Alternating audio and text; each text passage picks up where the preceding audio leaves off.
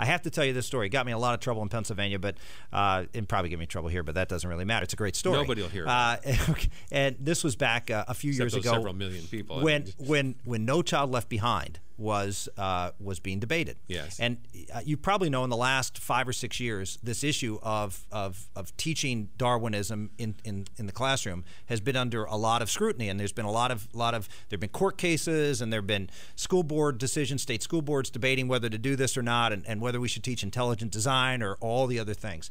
Well, how did that happen? Well, let me tell you the story of how it happened. No Child Left Behind is being debated, and it's about in second or third week in the Senate. And they closed amendments off that day. And I offered an amendment. I just put the title, because that's all you had to do in the Senate. You just say, what's the amendment about? I said, well, I'm going to offer an amendment about life. So I put that in. The day before the Senate's going to vote finally on it, finally they said, look, are you going to offer your amendment or not offer your amendment? I said, okay, I'll bring it down. So I brought it down the day before. Now, it's Rick Santorum, Mr. Partial Birth Abortion, Mr. Pro-Life Advocate, has an amendment about life in No Child Left Behind. So I bring the amendment down to the floor, and I hand this 2-sentence amendment to Ted Kennedy. And he grabs the amendment, runs back to the corner with Barbara Boxer, Hillary Clinton, Debbie Stabenow, Maria Cantwell. They're all gathered around in there, in and out. All the usual suspects. All the usual suspects. In and out, just saying, you know, staff people coming. And finally, Kennedy walks over and says, and here's the 2-sentence, and I'm paraphrasing, that we should teach science in the classroom, not religion or anything else, that science and scientific theories should be the basis of all learning. And when it comes to the issue of biological evolution, you should teach the controversy. Yeah. That was a 2-sentence amendment. Yes. So Kennedy comes up to me and says, all right, I don't see it. I said, what do you mean?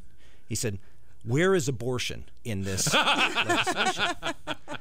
I said, what are you talking about, Ted? He said, well, you said you have an amendment about life. He said, where is the abortion? Like my staff's been looking at this. You got to tell me. You got to tell me. Where is it that you teach abortion in this? That's the elephant in the room always. Okay? Yeah. So I prompted that. I called it a life amendment. And so I said, Ted, this has nothing to do with abortion. Are you sure? I said, Ted, I promise you, this has nothing to do with abortion.